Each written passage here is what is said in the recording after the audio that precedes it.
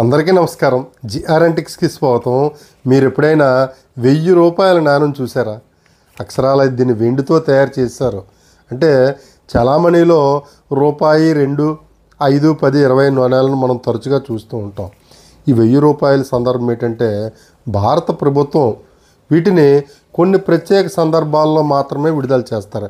ఈ కాయిన్కి కవరు ఇది ప్రఖ్యాత ఒరిస్సాలో ఉన్నటువంటి పూరి జగన్నాథ స్వామి దేవాలయానికి సంబంధించి ఈ 1000 రూపాయల నాణ్యాన్ని భారత ప్రభుత్వం విడుదల చేసింది.